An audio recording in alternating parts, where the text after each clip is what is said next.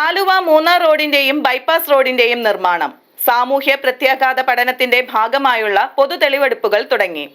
ജനങ്ങളുടെ സംശയങ്ങൾക്ക് special tahsildar Biju VP, KIIFB, KRFB ഉദ്യോഗസ്ഥർ എന്നിവർ മറുപടി നൽകി. ആലുവ മൂന്നാർ റോഡിന്റെയും ബൈപ്പാസ് റോഡിന്റെയും നിർമ്മാണത്തിന് ഭൂമി ഏറ്റെടുക്കുന്നതുമായി ബന്ധപ്പെട്ട സാമൂഹ്യ പ്രത്യാഘാത പഠനത്തിന്റെ ഭാഗമായുള്ള പൊതു തെളിവെടുപ്പുകൾ തുടങ്ങി. Kalamassery Rajagiri college of social സയൻസിലെ രാജഗിരി ഔട്ട്റീച്ച് സാമൂഹ്യ പ്രത്യാഘാത വിലയിരുത്തൽ പഠന യൂണിറ്റിന്റെ നേതൃത്വത്തിലാണ് വിവിധ സെഷനുകളായി പരിപാടികൾ സംഘടിപ്പിച്ചത്. കോതമംഗലം മുനിസിപ്പാലിറ്റി ഹാളിൽ നടന്ന സെഷനിൽ തങ്കളം ജംഗ്ഷൻ മുതൽ മലയൻകീഴ് കോഴിപ്പള്ളി വരെയുള്ള പരിധിയിൽപ്പെടുന്ന പ്രദേശവാസികൾ പങ്കെടുത്തു. കോതമംഗലം MLA ഷിബു തെക്കുംപുറം ഉദ്ഘാടനം ചെയ്തു. ഇവിടെ സൂചിപ്പിച്ചതുപോലെ നമ്മുടെ ആലുവ മൂന്നാർ റോഡുമായി ബന്ധപ്പെട്ടിട്ടുള്ള വികസനത്തിന്റെ പേരിലുള്ള സാമൂഹ്യ ആഘാത പഠന റിപ്പോർട്ട്, അതിന്റെ പേരിലുള്ള പബ്ലിക് ഹിയറിംഗ് ആണ് നമ്മളിന്നിവിടെ സംഘടിപ്പിച്ചിട്ടുള്ളത്. ഇവിടെ സൂചിപ്പിച്ചു, ഈ സാമൂഹ്യ ആഘാത പഠന റിപ്പോർട്ട് രാജഗിരി ഡിപ്പാർട്ട്മെന്റാണ് തയ്യാറാക്കിയത്. തീർച്ചയായും ജനങ്ങളുടെ പരാതികളും ആശങ്കകളും അവർക്കുള്ള വെല്ലുവിളികളും ഒക്കെ കേൾക്കുവാൻ വേണ്ടിയിട്ടാണ് അവർ ഇവിടെ വന്നിട്ടുള്ളത്. രാവിലെ എളമ്പ്ര ജുമാ മസ്ജിദ് ഓഡിറ്റോറിയത്തിൽ നമ്മൾ ഹിയറിംഗ് നടത്തി. തുടർന്ന് ഇപ്പോൾ 2 മണിക്ക് ടൗണുമായി ബന്ധപ്പെട്ടുള്ള ഹിയറിംഗ് നടത്തി. രാവിലെ നടന്ന ഹിയറിംഗിലും വലിയ ആശങ്കകളും വലിയ അഭിപ്രായങ്ങളും ഒക്കെ അവിടെ വന്നിരുന്നു. തീർച്ചയായും നിങ്ങളുടെ അഭിപ്രായങ്ങൾ രേഖപ്പെടുത്താൻ തന്നെയാണ് ഇവരിവിടെ വന്നിട്ടുള്ളത്. നമുക്ക് നമ്മുടെ അഭിപ്രായങ്ങളെ സംബന്ധിച്ചും നിർദ്ദേശങ്ങളെ സംബന്ധിച്ചും ഒക്കെ വ്യക്തമായി ഇവിടെ പറയാം.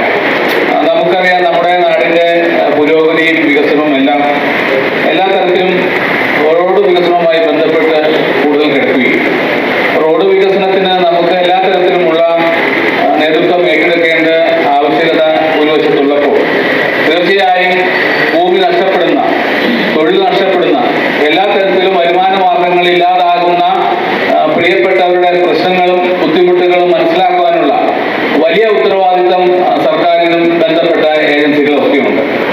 ക്ഷേമകാര്യ standing committee chairperson Anoop George അധ്യക്ഷത വഹിച്ചു. ഭൂമി ഏറ്റെടുക്കൽ നടപടികൾ മൂലം നേരിടേണ്ടി വരുന്ന ആശങ്കകളും നിർദ്ദേശങ്ങളും വിവിധ മേഖലകളിൽ നിന്നുള്ള ഭൂ ഉടമകളും വ്യാപാരികളും ഉദ്യോഗസ്ഥരുടെ ശ്രദ്ധയിൽപ്പെടുത്തി. തുടർന്ന് അർഹരായ കക്ഷികളുടെ പ്രതികരണങ്ങൾ കേട്ടു. ഉയർന്നുവന്ന വിഷയങ്ങളിൽ ആവശ്യമായ നടപടികൾ സ്വീകരിക്കുമെന്ന് അധികൃതർ അറിയിച്ചു.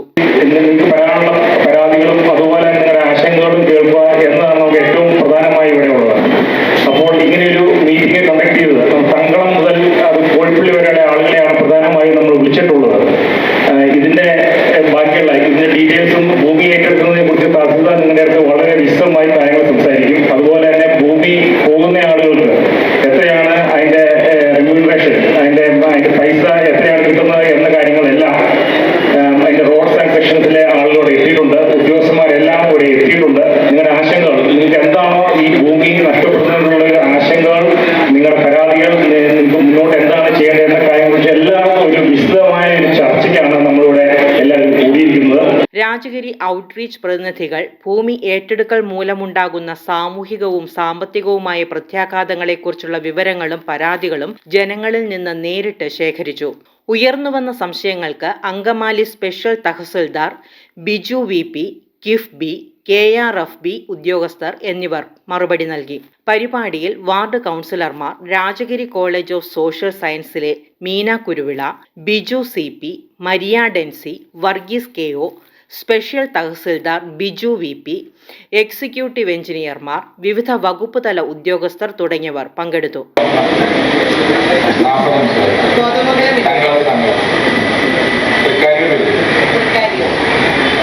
രാവിലെ ഈ മാഡം അവിടെ അവതരിപ്പിച്ചപ്പോൾ ഈ റോഡ് ബുദ്ധിമുട്ടിലാണ്. ഈ റോഡ് എന്തിനാണെന്നുള്ളതിന് മെയിനായിട്ട് 4 കാരണങ്ങളാണ് പറഞ്ഞത്. ഇതിലൊന്ന് മൂന്നാറിന്റെ ടൂർ പോകുന്ന ആളുകൾക്ക് പോകാനുള്ള സൗകര്യത്തിനും, 2 ഗിഫ്റ്റ് സിറ്റി പദ്ധതിയും പറഞ്ഞിരുന്നു. ഇപ്പൊ മാഡം അയച്ചപ്പോൾ ഗിഫ്റ്റ് സിറ്റിയുടെ കാര്യം പറഞ്ഞില്ല. ഞങ്ങളവിടെ ചോദിച്ചതാണ് സൈറ്റിന് വേണ്ടിയിട്ടുള്ള ഒരു ലോജിസ്റ്റിക് പ്രൊജക്റ്റുമായി ബന്ധപ്പെട്ട് ആ റോഡിലേക്കുള്ള ഗതാഗത ഈ നമ്മുടെ ഡ്രാഫ്റ്റ് ഇവിടെ അവതരിപ്പിച്ചപ്പോൾ അതിന്റെ ആമുഖത്തിൽ തന്നെ പറഞ്ഞത്. ഇപ്പൊ നിങ്ങൾ ആ ഡ്രാഫ്റ്റ് ഒന്നുകൂടെ അവരുടെ കാണിക്കാൻ പറഞ്ഞാൽ അതിൽ ആ പേജിൽ ഏറ്റവും ലാസ്റ്റ് അല്ല രണ്ടാമത്തെ പേജിൽ ആദ്യത്തെ പോയിന്റായിട്ട് അത് അവിടെ കിടക്കുന്നുണ്ട്. പക്ഷെ അവരിപ്പോ അവതരിപ്പിച്ചപ്പോൾ അത് പറഞ്ഞില്ല. എന്താണ് അതിന്റെ കാരണം എന്ന് അറിയില്ല. മാത്രമല്ല മലയങ്കിരി ജംഗ്ഷനിൽ നിന്ന് പാർട്ടി സേവനോടെയുണ്ട് അദ്ദേഹത്തിന്റെ ബേക്കറിയുടെ ഓപ്പോസിറ്റ് ഭാഗത്തേക്ക് ഈ ബൈപ്പാസ് കയറിയ ശേഷം ബ്ലൂ മൂൺ ഓഡിറ്റോറിയത്തിന്റെ അടുത്ത് വന്ന് ചേർന്ന ഒരു പുതിയ ബൈപ്പാസ് ഉണ്ട് എക്സ്റ്റൻഷൻ. അപ്പൊ ആ ഭാഗത്ത് ഞങ്ങൾക്ക് ആദ്യമേ ഒരു നോട്ടിഫിക്കേഷൻ അലൈൻമെന്റ് വന്നത് പ്രകാരം ഒരു വീട് മാത്രമായിരുന്നു പോകുന്നുള്ളൂ. പക്ഷേ പിന്നീട് എവിടെ നിന്നാണോ അത് കണ്ടപ്പോൾ ഞങ്ങളെല്ലാം ആശ്വസിച്ചിരിക്കുകയായിരുന്നു. അതിന്റെ ഒരു സുപ്രഭാതത്തിൽ ഇതെല്ലാം ആൾട്രേഷൻ നടത്തിയിട്ട് 5 വീട്, അതായത് ഒരു വീട്ടിൽ നിന്ന് ഒരു വീട്ടിലേക്ക് ഈ ചെയിനിന്റെ പോകി പോകുമ്പോൾ വീടുകൾ മാത്രം പോകുന്ന രീതിയിൽ ഒരു ഏരിയൽ സർവേ നടത്തിയതാണെന്ന് പറയുന്നത്. അപ്പോൾ അങ്ങനെ 6 വീടും കടമുറികളും പോകുന്ന രീതിയിലേക്ക് ഒരു അലൈൻമെന്റ് ആണ് ഇപ്പോൾ നിലവിൽ വന്നിരിക്കുന്നത്. ഞങ്ങൾ അതിനെതിരെ ഇവിടെ ആക്ഷേപം കഴിഞ്ഞ ദിവസം വന്നപ്പോൾ പറഞ്ഞിരുന്നു. ഇവിടെ നോട്ടീസിൽ നിന്ന് ഞാൻ മനസ്സിലാകും ഞങ്ങൾ എഴുതി തരുന്നുണ്ട്. അപ്പോൾ ഞങ്ങൾ അതിനെതിരെ ഹൈക്കോടതി കേസ് കൊടുത്തിരുന്നു. അപ്പോൾ അത് പരിഗണിച്ച് വേണ്ട കാര്യങ്ങൾ ചെയ്യണമെന്ന് കളക്ടറോടും മറ്റേ 2013 കേന്ദ്ര ഭൂമി ഏറ്റെടുക്കൽ നിയമത്തിലെ സെക്ഷൻ 4(1) പ്രകാരമാണ് പൊതു തെളിവെടുപ്പ് നടത്തുന്നത്. റവന്യൂ വകുപ്പിന്റെ ഉത്തരവും തുടർന്ന് പ്രസിദ്ധീകരിച്ച കേരള ഗസറ്റ് വിജ്ഞാപനവും അടിസ്ഥാനമാക്കിയുള്ള നടപടികളാണ് നിലവിൽ പുരോഗമിക്കുന്നത്. ആലുവ മൂന്നാർ റോഡ് വികസനവുമായി ബന്ധപ്പെട്ട തുടർ പൊതു തെളിവെടുപ്പുകൾ ജൂൺ 17, 18 തീയതികളിലായി നടക്കും. ജൂൺ 17 രാവിലെ 10 മണിക്ക് ചൂണ്ടി സെന്റ് പയസ് പാരിഷ് ഹാളിലും ഉച്ചയ്ക്ക് 2 മണിക്ക് സെന്റ് ജോർജ് ഓർത്തഡോക്സ് ചർച്ച് ഹാളിലുമാണ് അടുത്ത പൊതു തെളിവെടുപ്പുകൾ നിശ്ചയിച്ചിരിക്കുന്നതെന്ന് അധികൃതർ അറിയിച്ചു. എനിക്ക് പറയാനുള്ളത് ഈ കാക്കനാട് 4 ലൈൻ പദ്ധതി ഇവിടെ തുടങ്ങിയിട്ട് ബഹുമാനപ്പെട്ട ഉരുളാഞ്ചേട്ടൻ തുടങ്ങി വെച്ചതന്നെയാണ്. കഴിഞ്ഞ 20 വർഷമായി അതിവിടെ ഇങ്ങനെ ഈ നെല്ലിക്കുഴി വരെയോ ഇരുമലപ്പടി വരെയോ അങ്ങനെ ചെന്നിട്ടേ ഉള്ളൂ. അതിന്റെ ബാക്കി റോഡുകൾ ആദ്യം തന്നെ ചെയ്യുക. പിന്നെ കോതമംഗലത്തിന് ഒരു അന്താരാഷ്ട്ര സ്റ്റേഡിയം ഉണ്ടാക്കി തരാൻ പറഞ്ഞിട്ട് ഇപ്പൊ 20 വർഷമായി. അത് ഇതൊന്നും കാര്യങ്ങൾ നടക്കാൻ നമുക്ക് ഇതിനൊന്നും ബഹുമാനപ്പെട്ട MLA ഈ തവണയും പറഞ്ഞു, ശിവസാർ പറഞ്ഞു ഇതെല്ലാം ശരിയാക്കി തരാൻ പറഞ്ഞു. ഇത് ശരിയാക്കിയിട്ട് മതി ഇനി പുതിയ പദ്ധതിയോ. അതാണ് ഞങ്ങളുടെ ആവശ്യം. മൂന്നാറിന് പോകുന്നത് ആലുവയിൽ നിന്ന് വരുന്നവർ മാത്രമല്ല, കോട്ടയത്തു നിന്നുള്ളവരുണ്ട്. ഇപ്പൊ നമുക്കൊരു കാക്കനാട് ബൈപ്പാസ് അത് കോഴിപ്പള്ളി വരെ എത്തുവാണ്. അതിനങ്ങ് വീതി കൂടി കഴിഞ്ഞാൽ ആ കലാ ഓഡിറ്റോറിയത്തിന്റെ അവിടുന്ന് തിരിഞ്ഞു കഴിഞ്ഞാൽ മൂവാറ്റുപുഴയ്ക്കുള്ളവർക്കും പോവാം, കോട്ടയത്തുള്ളവർക്കും പോവാം. ഇവിടെ വന്നു കഴിഞ്ഞാൽ ആലുവയ്ക്കും പോവാം.